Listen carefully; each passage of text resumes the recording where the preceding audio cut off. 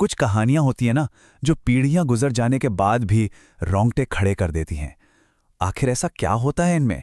तो आज हम एक ऐसी ही क्लासिक बंगाली हॉरर कहानी मेछो भूत के हिंदी रूप की परतें खोलेंगे और ये समझने की कोशिश करेंगे कि ये कहानी डर की साइकोलॉजी के साथ इतनी बारीकी से कैसे खेलती है। कहानी की शुरुआत ही होती है एक ऐसे सवाल से जो दिमाग को झकझोर कर रख दे। ये हमारी जानी पहचानी दुनिया की नींव हिला देता है। सोचिए, ये सिर्फ एक सवाल नहीं है, ये एक तरह की चेतावनी है कि हम अब एक ऐसी दुनिया में जा रहे हैं जहां लॉजिक और साइंस के नियम शायद काम नहीं करते। किसी भी अच्छी हॉरर कहानी की जान होती है उसका माहौल। तो चलिए देखते हैं कि कैसे एक तूफानी रात की एक क्लासिक सेटिंग डर और अनहोनी की पहली ईंट रखती है। नया घर मतलब एक नई शुरुआत है ना? पर यहाँ ऐसा नहीं है। यहाँ अकेलापन और तूफान, ये दोनों मिलकर उस जगह को एक जाल जैसा बना देते हैं। कहानी हमें शुरू से ही बेचैन कर देती है, क्योंकि हम जानते हैं इस तरह के माहौल में कुछ भी गलत हो सकता है। और ये रहा हमारा पहला साफ साफ इशारा। हॉरर कहानियों में अक्सर जो लोकल किरदार होते हैं ना, वो उन खतरों के बारे में जानते हैं जो बाहर वालों को नहीं दिखते। भुवन की चेतावनी सिर्फ एक सलाह नहीं है, ये पीढ़ियों का तजुर्बा है जो कह रहा है कि उस नदी के पास कुछ तो गड़बड़ है, कुछ ऐसा जिसे नजरअंदाज करना भारी पड़ सकता है। तो ठीक है, माहौल तो बन चुका है। अब कहानी छोटे छोटे अशुभ संकेतों से टेंशन को और बढ़ाना शुरू करती है, जिससे वो परिवार और हम अपनी ही आंखों देखी बात पर शक करने लगते हैं। और ये हमारे लॉजिक की दुनिया की पहली दरार है। कोई आदमी एक कार से तेज कैसे चल सकता है, वो भी पैदल? ये एक छोटी सी नामुमकिन सी बात भुवन को लेकर हमारी सोच पूरी तरह बदल देती है। अब वो सिर्फ एक चौकीदार नहीं, बल्कि एक पहेली बन जाता है। भुवन का ये जवाब देखिए कितना शांत है। ये एक तरह से गैसलाइटिंग है। कहानी हमें उस परिवार की जगह पर रखती है और हमें भी शक होने लगता है कि भाई जो देखा वो सच था भी या नहीं। क्या परिवार सिर्फ थकावा है या भुवन वाकई में कुछ और है? यही कंफ्यूजन डर का सबसे बड़ा हथियार होता है। असल हॉरर का मजा इसी कॉन्ट्रास्ट में है। देखिए, एक तरफ है घर में बनने वाले मछली भात की नॉर्मल सी दुनिया, और दूसरी तरफ अनहोनी के बढ़ते हुए सबूत। ये हमें याद दिलाता है कि सबसे बड़ा डर अक्सर हमारी सबसे आम जगहों पर ही हमला करता है और इन्हें डरावना बना देता है। अब कहानी हमें सबसे बड़े सुरागों में से एक देती है। ये फोरशैडोइंग का मतलब आने वाली घटना का संकेत देने का एक क्लासिक उदाहरण है। ये न सिर्फ आगे क्या होगा ये बताता है, बल्कि कहानी की लोक कथाओं से भी हमें जोड़ता है। अब देखिए, उल्टे कदमों के निशान ये सिर्फ अजीब नहीं है, ये तो गलत हैं। बिल्कुल गलत। मतलब ये तो कुदरत के नियम के ही खिलाफ है। और बस यही वो पल है जहां शक अब खौफ में बदल जाता है, क्योंकि अब ये एक फिजिकल सबूत है, एक पक्का सबूत कि जो भी हो रहा है वो इंसानी तो नहीं है। अब तक जो खतरा था वो बस महसूस हो रहा था, छुपा हुआ था। लेकिन अब वो चीज परछाइयों से बाहर निकलती है। नदी का रहस्य अब एक पर्सनल खतरा बन जाता है, और उसका निशाना कौन है? परिवार का सबसे कमजोर सदस्य, बेटी सुगंधा। जरा इस बात पर ध्यान दीजिए कि खतरा कैसे धीरे धीरे स्टेप बाय स्टेप बढ़ता है। हम सिर्फ एक लड़की को देखने से शुरू करते हैं, फिर एक अजीब सी रिक्वेस्ट आती है, और फिर मामला गायब होने और सीधे हमले तक पहुंच जाता है। ये एक क्लासिक हॉरर तरीका है टेंशन को धीरे धीरे उसके चरम पर ले जाने का। बहुत सारी लोक कथाओं में बुराई अक्सर एक खूबसूरत मुखौटा पहन कर आती है।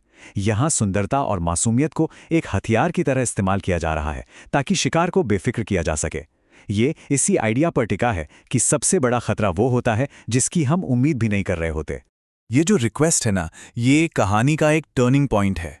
ये कोई आम बातचीत नहीं है, ये एक खास अजीब से जुनून को दिखाती है। मछली के लिए ये भूख उस चीज की गैर इंसानी फितरत को सामने लाती है। वो हमारी तरह नहीं सोचती, हमारी तरह नहीं चाहती। और पलक झपकते ही वो गायब। कोई आवाज नहीं, कोई पैरों के निशान नहीं। यही वो पल है जो सारे शक मिटा देता है। सुगंधा किसी इंसान से बात नहीं कर रही थी। अब हमारी लॉजिक की दुनिया पूरी तरह से पीछे छूट चुकी है। तो चलिए, अब हम कहानी के क्लाइमैक्स पर पहुंच गए हैं। अब कहानी इशारे नहीं कर रही, अब वो सीधा हमला कर रही है। मछली का भूत अब पूरी तरह से सामने आने वाला है, और जो रहस्य था अब वो सीधे सीधे दहशत में बदलने वाला है। हॉरर अक्सर हमारी सबसे गहरी इंद्रियों पर, हमारी सेंसेस पर हमला करता है, और सूंघने की शक्ति उनमें सबसे ताकतवर है।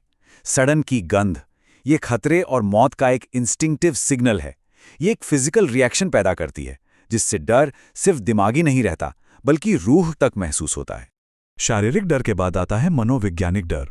पीछा किए जाने का एहसास, एक ऐसी मौजूदगी जिसे महसूस तो किया जा सकता है पर देखा नहीं जा सकता। यह हमारे अनजाने के डर को कुरेदता है। हमारा अपना दिमाग ही खाली जगहों को भरता है और ऐसी चीजों की कल्पना करता है जो असलियत से कहीं ज्यादा डरावनी होती हैं। और आखिर में हमला आवाज के जरिए होता है। अब ये कोई गुजारिश नहीं, बल्कि एक आक्रामक मांग है। वही जुनून जो हमने पहले देखा था, अब एक खतरनाक हुक्म बन गया है, जो सीधे सुगंधा के दिमाग में गूंज रहा है। और यहां आकर सब कुछ एक भयानक मंजर में सिमट जाता है। ये बुलेट पॉइंट्स जानबूझकर सीधे सीधे लिखे गए हैं। ये हमें उस खौफ को एक एक करके देखने पर मजबूर करते हैं। कच्ची मछली, खून और वो राक्षसी रूप। इसे जिस तरह से बिना ज्यादा डिटेल के बताया गया है, वही इसे और भी ज्यादा शॉकिंग बनाता है। आखिरी और सबसे गहरा झटका कोई तस्वीर नहीं, बल्कि आवाज है। ये शब्द कब्जे की पुष्टि करते हैं। ये अब सुगंधा नहीं बोल रही है, ये उसकी आवाज में कोई और है जो अपनी जीत का ऐलान कर रहा है। ये उस बेटी का पूरी तरह से खो जाना है जिसे वो परिवार जानता था। तो कहानी खत्म हो गई है, अब जरा एक कदम पीछे हटते हैं। ये सिर्फ एक डरावनी कहानी से कहीं ज्यादा है। ये डर पैदा करने के लिए बनाई गई एक बहुत ही सोची समझी मशीन है। चलिए देखते हैं कि इसके अलग अलग पुर्जे कैसे काम करते हैं। तो जैसा कि हम देख सकते हैं, ये कहानी क्लासिक हॉरर तरीकों के एक टेक्स्ट बुक की तरह है। अकेलापन जो हमें कमजोर महसूस कराता है, उल्टे कदमों के निशान यानी फोरशैडोइंग जो टेंशन पैदा करती है, लड़की का गायब हो जाना जो हमें अलौकिक से सामना करने पर मजबूर करता है, और आखिर में वो सड़ती हुई गंध जैसे सेंसरी अटैक जो डर को दिमाग से निकालकर हमारी रगों में दौड़ा देते हैं। ये सारे हिस्से मिलकर डर का एक ऐसा एहसास बनाते हैं जो कहानी खत्म होने के बहुत बाद तक हमारे साथ रहता है। और ये हमें इस आखिरी सवाल पर लाकर छोड़ देता है, आखिर मेछो भूत जैसी कहानियां हमें इतना खींचती और डराती क्यों हैं? शायद इसलिए क्योंकि ये हमारे कुछ सबसे गहरे, सबसे पुराने डरों को छूती हैं। अनजाने का डर, लॉजिक की दुनिया खो देने का डर, और इस एहसास का डर कि हमारी अपनी दुनिया की सतह के ठीक नीचे कुछ और, कुछ बहुत पुराना इंतजार कर रहा है।